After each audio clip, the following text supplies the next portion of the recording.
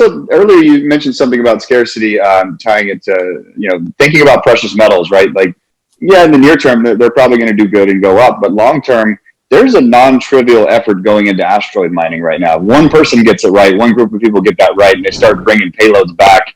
Let's say they hire Elon Musk and say, you've got a lot of assets up there, help me get this stuff from A to B. And all of a sudden, we've got a steady stream, 24 hours, bringing precious metals to the planet.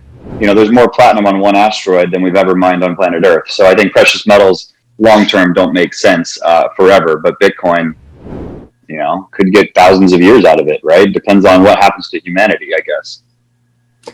Look, the problem is, if I want a system of mathematics or engineering, it needs to be based on arithmetic, mathematical integrity, or conservation of energy.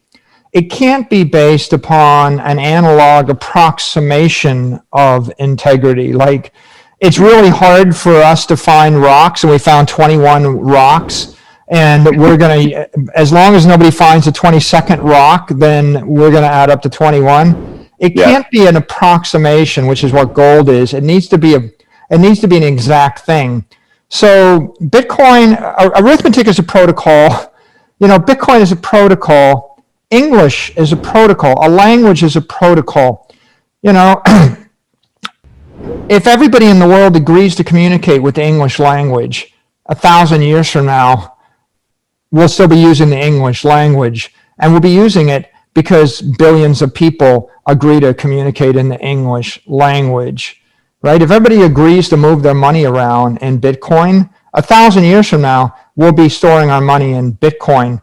So worrying about whether we find some more silver or some more gold, right, is kind of silly, right? It's like, the truth is, we just should abandon commodity monies in the same way that you abandon the abacus, or I don't know, I'm trying to imagine like caveman with like 47 rocks in the dirt, and they're like, this is our way of keeping track of what we have, and at night there's someone standing guard over the 42 rocks to make sure that someone doesn't accidentally drop a 43rd rock and destabilize the power structure. And it's like, that's, it's an open system, not a closed system. It's defective, and it's kind of like just changing the rules of arithmetic. Your bridge is going to crash, your ship is going to sink, your airplane is going to crash and burn.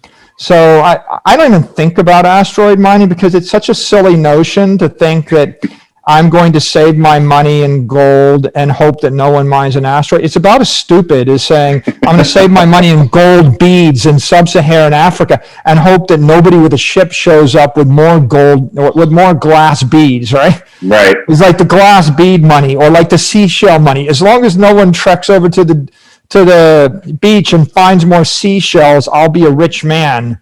So, right. Well, good luck with that. That didn't work with any civilization that I can remember. It's about as dumb as the giant stone coin of the Yap people.